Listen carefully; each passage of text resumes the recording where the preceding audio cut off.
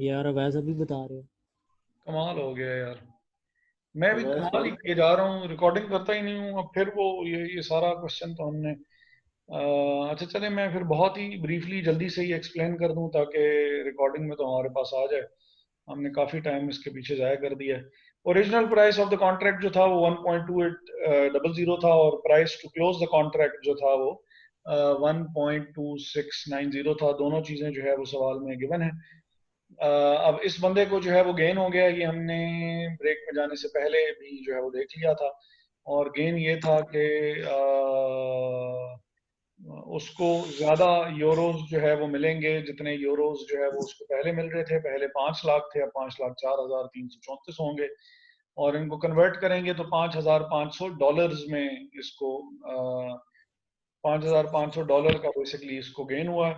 और यूरोज में अगर हम इसको देखें तो ये 4,334 का गेन हुआ है। तो बहरहाल इजी कैलकुलेशन इसकी ये है कि गेन देखने के लिए ये जो 0.0110 है, इसको 4 कॉन्ट्रैक्ट से मल्टीप्लाई कर देंगे। और हर कॉन्ट्रैक्ट क्योंकि 1,25,000 यूरोस का है, तो बेसिकली जो हमें गेन हुआ है वो $5,500 का हुआ है। अब टोटल पेमेंट क्योंकि हमने उसको 6,40,000 करनी थी, जिसमें से गेन की सूरत में हमें $5,500 मिल चुके हैं। तो extra dollars that we need to arrange would be 6,34,500, और if we divide this amount by 1.270 which is the spot rate, तो हमारे पास amount of euros आ जाएगी which is 4,99,213। इफेक्टिव रेट जो है वो अब यहाँ पे हमने 6,34,000 यूज क्यों नहीं किया, जो कि बेसिकली जिसके बदले में बेसिकली 4,99,213 यूरोज मिले हैं।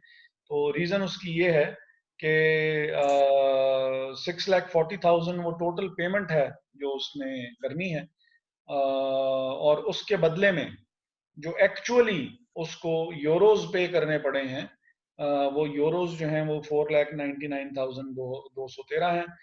रिमेनिंग का उसको गेन हुआ है। और ये वो एक्चुअल पेमेंट थी जो कि 6,40,000 के अगेंस्ट उसने की है फाइनली, जो उसको नेट अमाउंट जो उसको करनी पड़ी है।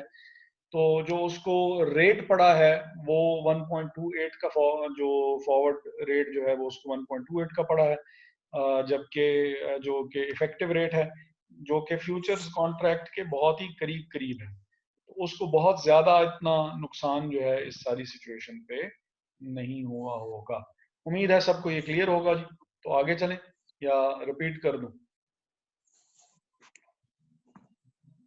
सर ये जो सही है सर। इफेक्टिव रेट है 1.2820, और पहले जो कॉन्ट्रैक्ट की प्राइस थी वो हमें 1.28 पे मिल रहा था, मतलब ये हमें महंगा पड़ेगा ना उस सूरत हाल से तो। हाँ, उस सूरत हाल से तो महंगा ही पड़ रहा है, लेकिन क्योंकि पेमेंट आपने 1 महीना पहले करनी थी तो ऑब्वियसली सिचुएशन हमें इतनी फेवरेबल भी नहीं मिल सकती थी। अभी भी बहुत ज्यादा नुकसान में हम नहीं है, क्योंकि हम सिर्फ जो डिफरेंस है वो 0.002% है, जो कि कोई इतना ज्यादा सिग्निफिकेंट इम्पैक्ट जो है वो हमारे ऊपर नहीं डालेगा। सही है सर। ठीक है, यानी आप यूं बस समझ लें कि सिर्फ 2 बेसिस पॉइंट का डिफरेंस है, सिर्फ 2 का। सही। ठीक है, अच्छा जी। Yes sir. एक बेसिस पॉइंट क्योंकि होता है $12.5 का, तो 2 बेसिस पॉइंट का मतलब है कि $25 का सिर्फ फर्क पड़ा है।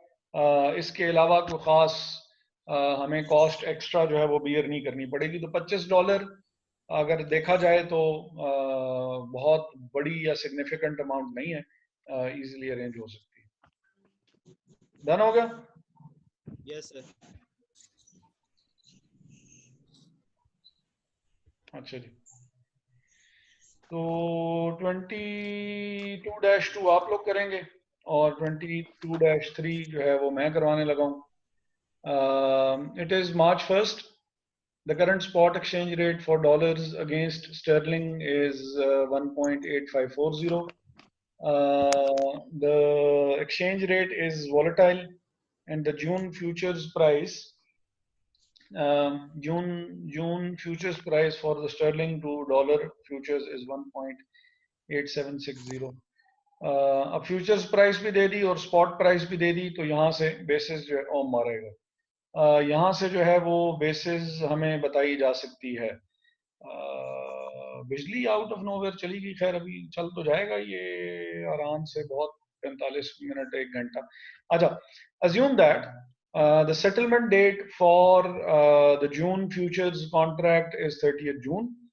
A company has used sterling to US dollar futures to hedge two currency exposures. एक मिनट, मुझे जरा मैं लाइट लगा लूं, क्योंकि मुझे फिर जब वो लिखना होगा तो मुझे कुछ खास समझ में नहीं आ रही होगी कि मैं क्या कर रहा हूं। सर ब्राइटनेस तेज कर ले, ब्राइटनेस तेज कर ले।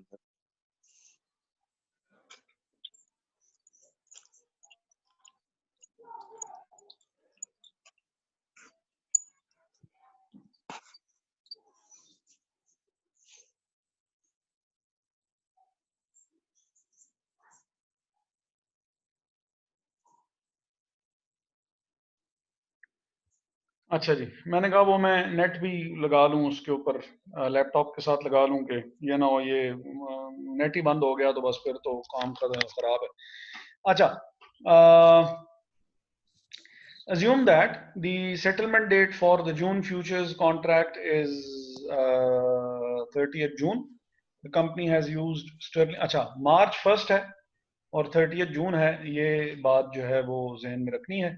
और कैलकुलेशन जब हम कर रहे होते हैं तो जो एंडिंग और ओपनिंग डेट होती है वो भी बीच में शामिल ही हुआ करती है। तो a company, अच्छा हाँ, a company has used sterling to US dollars futures to hedge two currency exposures, one relating to the cash payment on 1st May and the other relating to a cash payment in mid-June. Required क्या है कि calculate the expected futures price for June futures at the end of the day's trading on June 30th, on 30th April. If the spot sterling dollar rate is 1.8610, और फिर हमने calculate करना है कि at the end of the day's trading on 15th June, if the spot sterling dollar rate is 1.8690, तो हमने इसको उसके साथ जो है वो कंपेयर करना है और देखना है कि चीज़ जो है वो हमारे अंदाजे के मुताबिक जो है वो आ रही है या नहीं आ रही है। तो सबसे पहले तो हम ये देख लेते हैं कि हमारे पास जो बेसिस है वो बेसिस बेसिकली हमारे पास जो है वो क्या है। बेसिस हमारे पास टोटल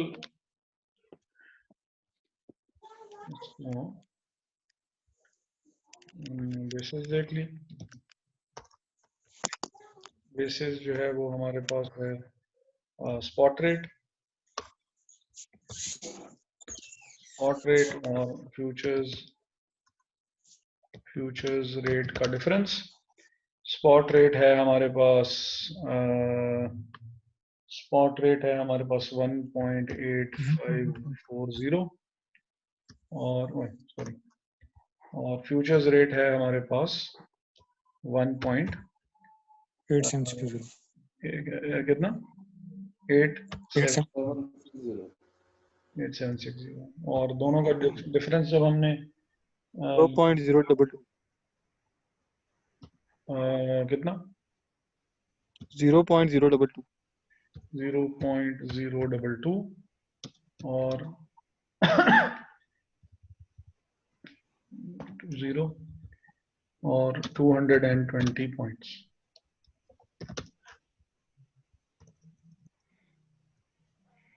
ठीक है जी, 220 पॉइंट्स जो बेसिस है हमारे पास वो इतनी आई है। अच्छा, तो हाँ जी ठीक हो गया। अच्छा, अब ये जो नंबर ऑफ डेज हमारे पास कितने हैं ताकि हम वो रेट कैलकुलेट कर सकें कि मार्च है तो 31 दिन मार्च के हो गए, 30 दिन अप्रैल के हो गए, 31 डेज उसके हो गए मई के हो गए और उसके जून के 30 हो गए, तो 122 सर। 242 नहीं आ रहे 4 महीने 122 होगा सर। नहीं 122 कहाँ से होगा? मार्च है प्लस अप्रैल अप्रैल मई प्लस अप्रैल है प्लस मई है प्लस प्लस जून 122 सर। हाँ सॉरी सर 422 साल में दिन ठीक है होते ठीक है ठीक है ठीक है ठीक है। अच्छा जी, तो 122 डेज हो गए और 122 डेज जो है वो जब हम करेंगे 220 पॉइंट्स को 122 डेज से हम डिवाइड करेंगे तो 220 डिवाइडेड बाय 122, तो ये हमारे पास जो रेट आ जाएगा वो 1.8033 जो है वो पॉइंट्स पर डे। वैसे तो ये 1.8027 है, 1.80327, तो हम इसको इतना ही ले जाते हैं ताकि चैलेंज इशू करे। अच्छा, तो ये पर डे है 1 2 3 4 5 और 6th कौन सा है? 6 तक ले जाएं इसको, चलें 5 तक ही रहने देते। अच्छा, इतने बेसिस पॉइंट गिरेगा एक दिन में, हमारे पास जो बेसिस होगी वो इतने पॉइंट्स गिरेगी पर डे। अब इसके हिसाब से अब हमने देखना है कि अगर जो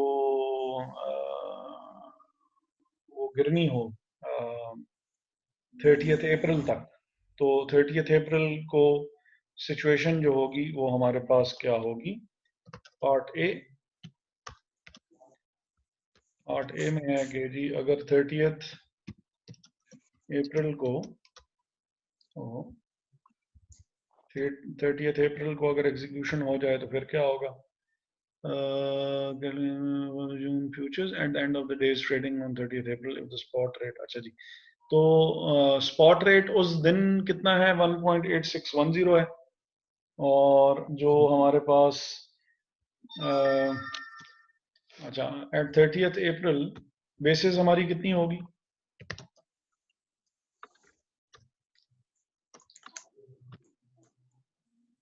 अच्छा, बेसिस हमारी कितनी होगी? Basis would be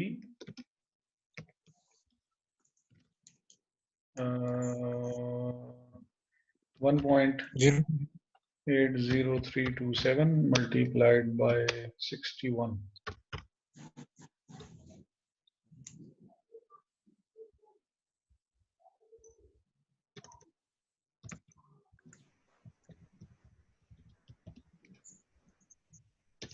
ये कितना आ रहा है?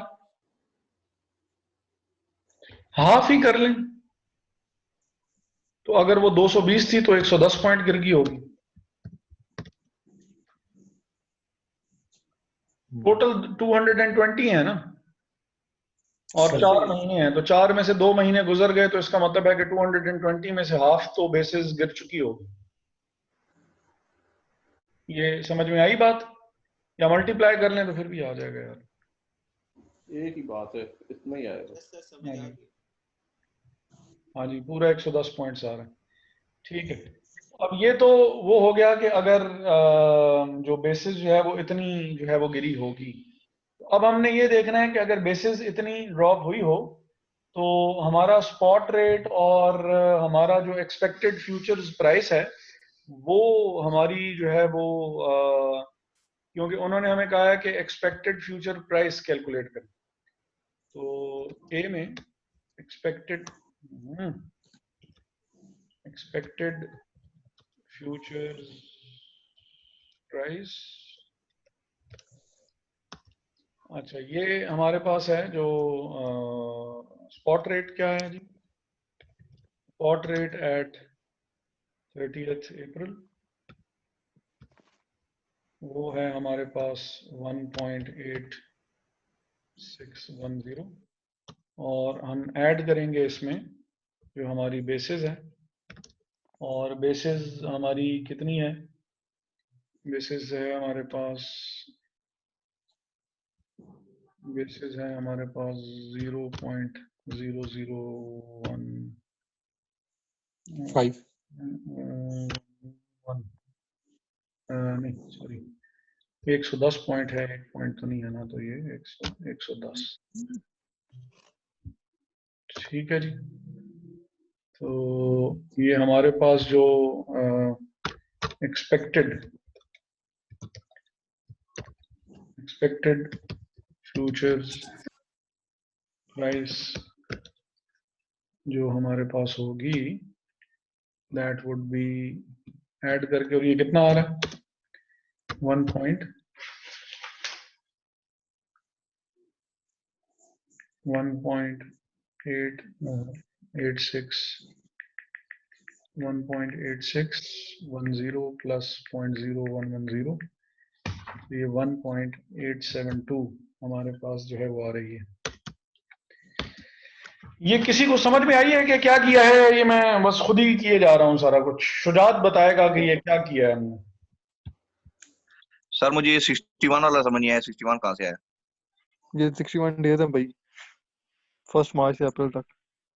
31 मार्च से लेके और 30 अप्रैल तक बस 30 दिन गुजर गए। सही सही। हाँ जी। ठीक है सर। तो जब हमने एक्सपेक्टेड प्राइस निकालनी होती है तो हम क्या करते हैं, जैसे हमने एग्जांपल्स में भी देखा था अपने चैप्टर में, कि हम लोग जो बेसिस होती है बेसिस को ऐड कर देते होते हैं कि मेरे हिसाब से, क्योंकि बेसिस एंड पे जाते जाते जो है वो इट वुड बिकम 0। तो फिलहाल जो है वो हमने जो बात जो शुरू की थी वो 1.8610 से हमने शुरू की थी, और अगर बेसिस इतनी हो तो प्राइस इतनी होनी चाहिए थी, जो कि फिलहाल ऑब्वियसली नहीं होगी। और ये टाइम एक तो पता नहीं क्यों इतनी जल्दी खत्म हो जाता है, ये कैसे हो गया कि इतनी जल्दी। अच्छा, और पार्ट बी में एक्सपेक्टेड फ्यूचर्स प्राइस जो है वो, जो टाइम है वो ऐसे भागता है कि बंदे को समझ में नहीं आती कि कैसे जो है। अच्छा, एक्सपेक्टेड फ्यूचर्स प्राइस अगर 1.8690 15 जून को, तो spot rate at 15 June, sorry 15 जून, ये था 1.8690, और जो इसमें हम ऐड करेंगे बेसिस, और बेसिस हम कितनी ऐड करेंगे, बेसिस हमने ऐड करनी है जितने जो हैं वो रह गए हैं दिन। डेज बनते हैं वो तो सर 220 में से 15 दिन निकाल लेना। हाँ जी, 15 मल्टीप्लाइड बाय 1.80327।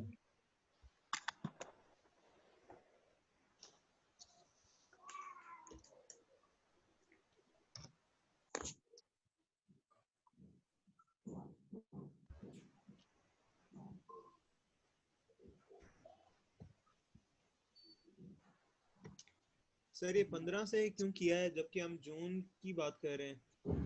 हाँ जी, तो सर ये आप 15 को माइनस करेंगे ना, 15 डेज रह गए ना पीछे।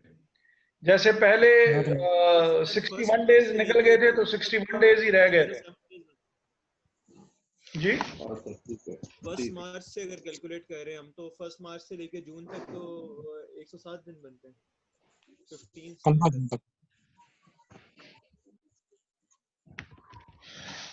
नहीं देखें, बेसिस कम होते होते 0 होती है ना। 15th है, और अगर 30th जून को बात खत्म हो रही है तो इसका मतलब है पीछे 15 दिन ही रह गए ना। सही। ये कितना आ रहा है सर जब हमने पहले जो लिए थे वो 61 डेज के साथ लिया था ना, ये जो इधर आपने लेफ्ट साइड पे लिखा हुआ है जो है 1.80। हाँ, लेकिन ये देखें 61 डेज गुजरे थे और 61 डेज ही रहते थे। सही, क्योंकि we were right in the middle. ठीक है सर, जितने दिन रह जाते हैं उतने उनसे करते हैं मल्टी। हाँ जी। और सर वो जो हम डेट लिखी होती है वो इंक्लूड होती है, जैसे 15 जून लिखा हुआ है तो 16 से काउंट होगा या 15 भी काउंट होगा? जो हमारे पास वो है काउंटिंग, हम 16 से स्टार्ट करेंगे, 30th जून तक जाएंगे। ठीक है सर। अच्छा जी, 27 सर, कितना? 27.049005।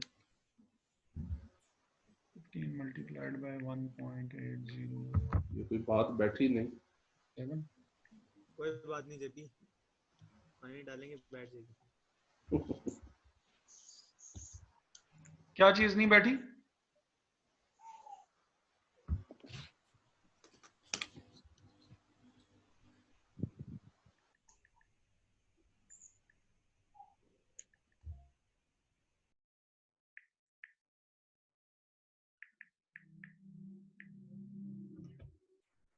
सर मई का मंथ कहाँ पे गया? मई का मंथ तो गुजर गया ना जी।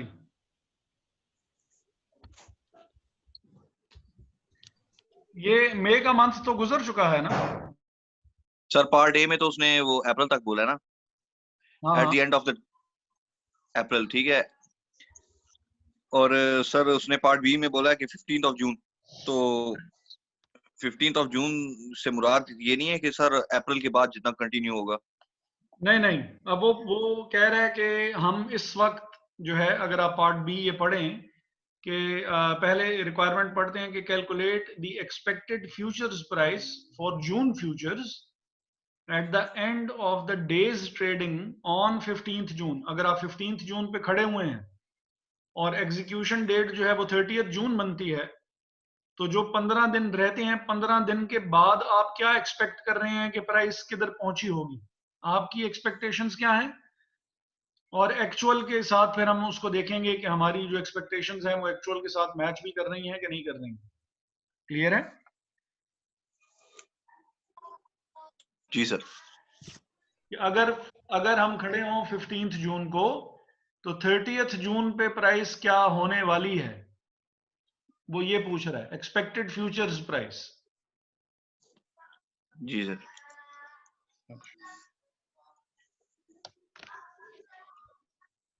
तो बस यही था सवाल में, और ये चैप्टर हमारा इधर ही हो रहा है क्लोज।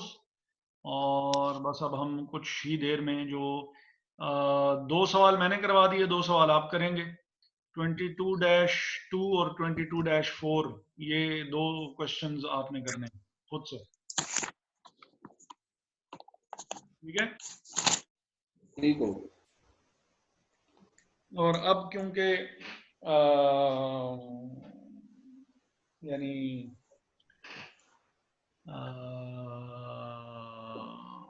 क्या कहना चाह रहा था कि एक तो फाइनल है और दूसरा ये नेक्स्ट है, क्लास रमजान में होगी। अब हाँ नेक्स्ट क्लास इंशाल्लाह रमजान में ही होगी, उससे पहले भी खैर हम कर सकते। रमजान किस दिन से स्टार्ट हो रहा है? 25 से शायद। जुम्मे को 24 पता।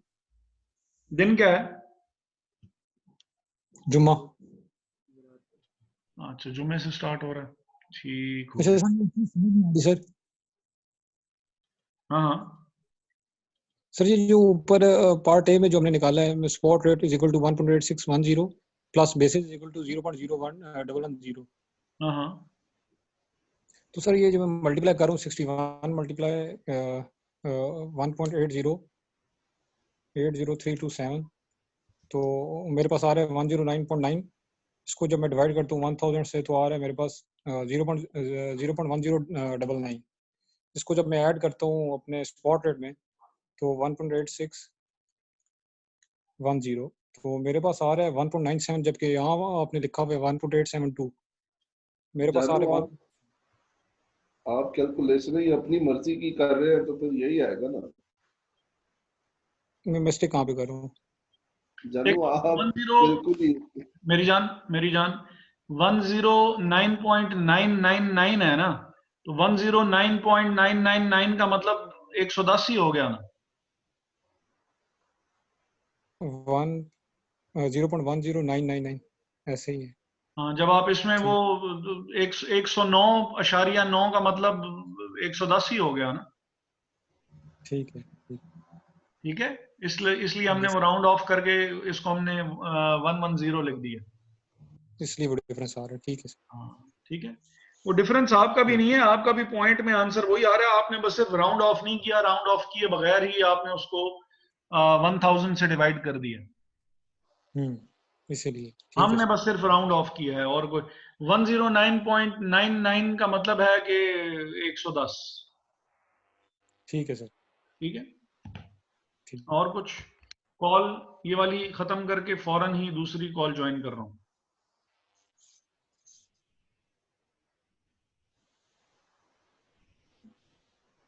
ओके।